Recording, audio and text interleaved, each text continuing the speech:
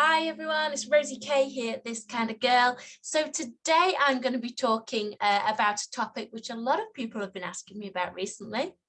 And it's one which I have covered before, but the fact that so many people are asking me about it and the fact that so many people don't even realize this exists means that I need to do more work in educating people. So today I'm going to be talking about, can single people swing? If you haven't done already, guys and girls, do please hit the subscribe button. Also hit that like button because your support does mean the world to me. So let's get straight down to it, guys and girls. Can single people swing? So if you're familiar with any of my work, if you follow me on social media, if you're familiar with who I am, my name is Rosie K. I'm an open relationship coach and swinger lifestyle expert, and I'm also a single woman. I review swinger clubs as a single woman.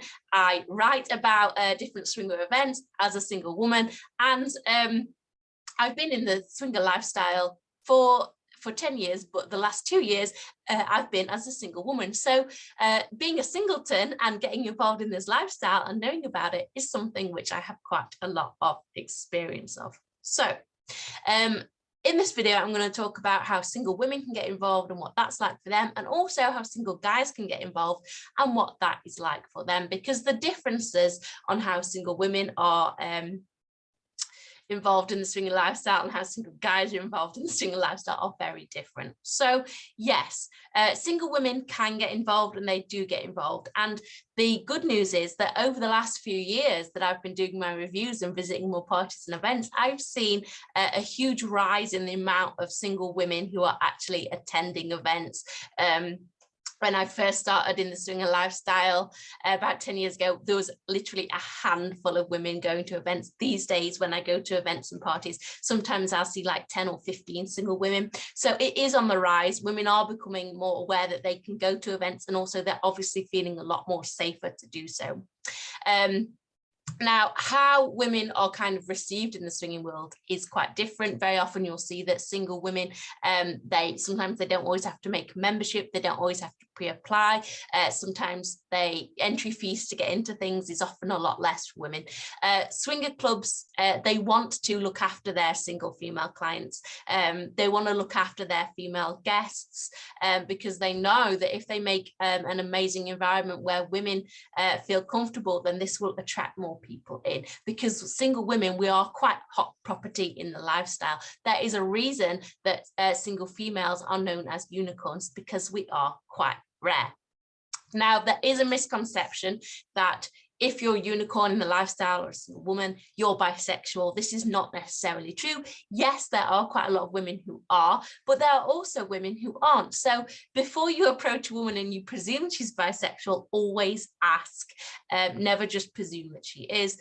As I say, a lot of women are, but not all. Now, going to swinger parties and events is one way that single women can get involved, but very often you can also meet other swingers online as well. You can make a profile and you can go on vanilla dates, meet couples in private. You don't have to go to a club. I know that going to a club is quite daunting. It's taken me a long time to be able to do the work that I do and have the confidence to go. And, you know, a large part of my work now is teaching other people how to go to clubs and events alone, how to work the room, you know, how to get involved and get what you want out of a night. But I know that this isn't always as easy for people who are not as experienced. So another way that you can get involved in the swing lifestyle is by meeting couples in private as well. So yes, single women are kind of accepted in the lifestyle. They are, to be honest, they are accepted with open arms. A lot of people want to swing with them. But I do understand it is quite daunting for single women as well. Now, for single guys, if you're familiar with any of my work, you will know I do a lot of work in educating guys on how to be successful in the lifestyle. I do a lot of work teaching guys kind of what to do, what not to do, how to be appealing, because there are a lot of guys who want to get involved in the swinger scene. There are a lot of guys looking on websites, a lot of guys making applications to clubs. And if you want to be successful in the lifestyle as a single guy, you do have to put in time and effort. This is something which does aggravate quite a lot of men, because there's a huge double standard. Women are welcome with open arms, whereas guys, they have to work really hard. But guys, I'm here to tell you that if you put in the time and the effort, and I'm not talking about paying out financially, I'm talking about time and effort into making a really great swingers dating profile, or meeting with club owners, or building up great rapport with swingers online, or making a great membership to a club and actually going to their social events, meeting the hosts, meeting the owners, talking to other members of the club, and actually building up that rapport, then the rewards really do pay off. Very often, a lot of guys, they reach out to me and they say, why am I not getting anywhere online? Why am I not being invited to clubs? Why is it I'm not being, you know, asked to go to events? Well, it's because you haven't approached them in the right way, or you haven't approached at all. You've presumed that because you've made an application, or because you've, you know, sent a one-line message, that they're automatically going to swing with you or going to invite you. It doesn't work like this for guys, okay? What you have to do is be prepared to jump through some hoops. It doesn't mean that they don't want you to get involved. It doesn't mean that there's not a place for you, because there really is. What it means is that they have to be careful about the amount of guys that they're letting into clubs and events. Now, imagine, single guys, imagine if you went to an event, you paid to get in, and when you got there, there was just a sea of straight single guys. You would be really annoyed, and you'd probably ask for your money back or leave, and probably not go to another swinger club because you were so annoyed about the experience.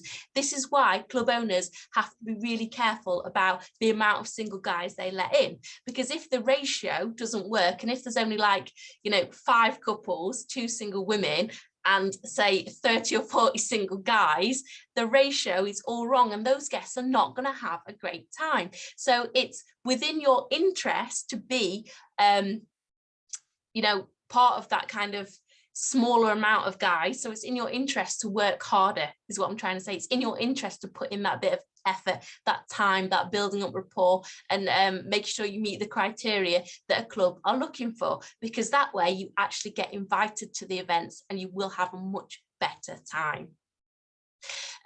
If you want to learn a little bit more about swinging for single people, swinging for single women, and for single men, I do actually have 2 guides that I made that are completely free. You can download them. Hit the links down below in the description for this video, and you'll be able to find out about them there.